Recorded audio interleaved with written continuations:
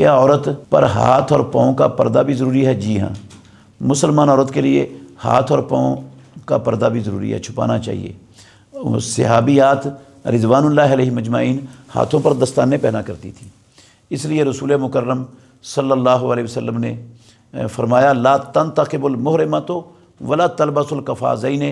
جو احرام والی عورت ہے نا وہ چہرے پر چپکا ہوا نقاب نہیں پہنے گی اور ہاتھوں پر دستانے نہیں پہنے گی۔ اس کا مطلب ہے مسلمان خواتین چہرے پر نقاب بھی پہنتی تھیں اور ہاتھوں پر دستانے بھی پہنتی تھیں، وہ ہاتھ بھی چھپا کے رکھتی تھیں۔ اب یہ جو چہرے پر نقاب پہننے سے منع کیا اور دستانے پہننے سے منع کیا، اس کا مطلب غلط سمجھ لیا بہت سے لوگوں نے۔ اس کا مطلب یہ نہیں ہے کہ عورت چہرہ ننگا رکھے گی، وہ پردہ نہیں کر سکتی، یا ہاتھ کھلے رکھے گی، ہاتھوں کو چھپا نہیں سکتی، یہ مسئلہ نہیں ہے۔ دستانے نہیں پہننے، البتہ اپنے برقعے میں بڑی چادر میں ہاتھوں کو چھپانا ہے۔ اسی طرح کسا ہوا کپڑا وہ چہرے پر نہیں باندھنا جو چپکا ہوا ہو چہرے کے ساتھ اور آنکھیں کھلی ہوں، سر سے پردہ لٹکا لیں، ٹوپی والا برقع پہن لیں، بڑی چادر کا گھونگھٹ نکال لیں، کوئی بھی طریقہ ہو، چہرہ چھپا کے رکھنا ہے، غیر محرم سے چہرہ ننگا کرنے کی اجازت نہیں ہے۔ تو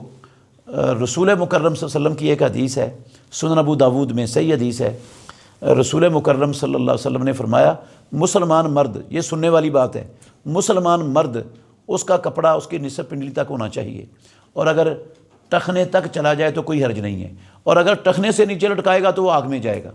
عورتوں کے لیے رسول اللہ صلی اللہ علیہ وسلم نے فرمایا وہ ایک بالشت، یہ ایک گٹھ جس کو ہم کہتے ہیں نا، یہ ایک بالشت کپڑا مردوں سے لمبا رکھیں گی، یہ اس حدیث میں لفظ ہے رسول اللہ صلی اللہ علیہ وسلم کے۔ تو اگر اس کا ٹخنوں پر ہے، ٹخنوں تک ہے، تو ایک بالشت لمبا ہونا چاہیے عورت کا۔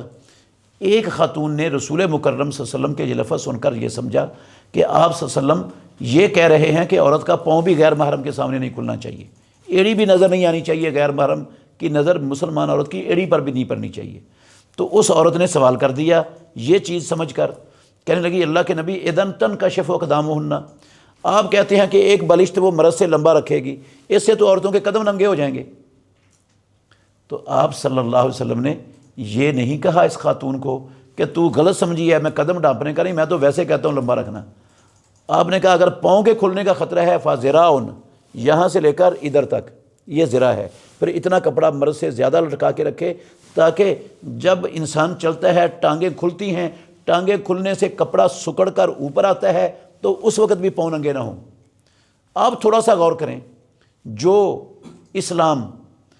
عورت کو اپنی ایڑیاں غیر محرم کے سامنے پاؤں نہیں کھولنے کی اجازت دیتا، وہ ہاتھ اور چہرہ کھولنے کی اجازت دے گا؟